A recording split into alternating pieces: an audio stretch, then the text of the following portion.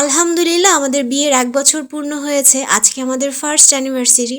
১ বছর আগের সেই অনিশ্চিত সম্পর্কটা যে আজকে বিবাহিত জীবনের ১ বছর পূর্ণ হয়ে যাবে এটা আমরা কখনোই ভাবি নাই। দেখতে, দেখতে কেমনে জানি দিনগুলো কেটে গেছে। আর আজকে অ্যানিভার্সারি উপলক্ষে আমরা কোথায় গেলাম, কি, কি করলাম, কি, কি খেলাম সেই নিয়ে থাকছে আজকের ব্লগ। হ্যালো এভরিওয়ান, আসসালামু আলাইকুম। তার সাথে আমি যুগ যুগ কাটাতে চাই, কিন্তু যতই তার সাথে আমি থাকি না কেন এই বিয়ের প্রথম ১ বছরের কথা আমি কখনোই ভুলবো না, কারণ যত স্ট্রাগল আমি এখন করেছি আমি জানি আমার আল্লাহ এই দুঃখ সবসময় রাখবে না।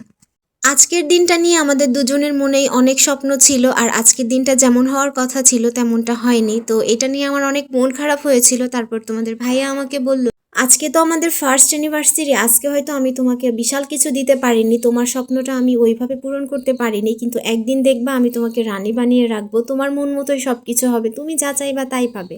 বিবাহিত জীবনের এই ১টা বছর আমি যে পরিমাণ স্ট্রাগল করেছি, এটা আমি যখন সফলতা অর্জন করব তখন সেই গল্প তোমাদেরকে শোনাবো, কারণ এই গল্প তখনই মানায়, এখন এটা বললে ফেলনা মনে হবে।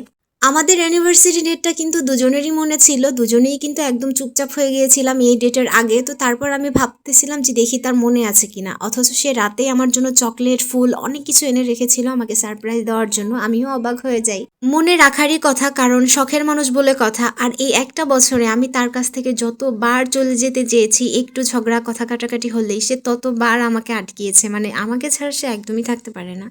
বাসা থেকে নামার পরেই হুট করে এত বৃষ্টি নামছিল, আবারও মনটা খারাপ হয়ে গিয়েছিল। পরে দেখলাম যে না, এই বৃষ্টি অল্প অল্প হচ্ছিল আর আমাদেরও ভালোই লাগছিল। আগের দিন রাতে সে আমার জন্য ফুল কিনতে আসছিল, কিন্তু এমন একটা টাইমে ফুল কিনতে আসছিল সেই টাইমে ফুল পাই নাই, তো এই জন্য আমাকে আজকে ফুল কিনে দিয়েছে, এখান থেকে ফুলের বেলি ফুলের মালা আর গোলাপ ফুল। আর আজকে আমি যে জামাটা পরেছি এই জামাটা আমার মামি শাশুড়ি আমাকে গিফট করেছিল অনেক আগে, কিন্তু জামাটা আমি আর পরি নাই। তো আজকে তোমাদের ভাইয়া বলতেছিল যে এই জামাটাই আজকে পরো তুমি, যেহেতু একবারও পরো নাই। আর সত্যি কথা বলতে জামাটা আমার গায়ে বেশ মানিয়েছে, অনেক ফুটেছেও আর কি। আর আমি আবার আমার নিজের প্রশংসা নিজে করতেই পছন্দ করি।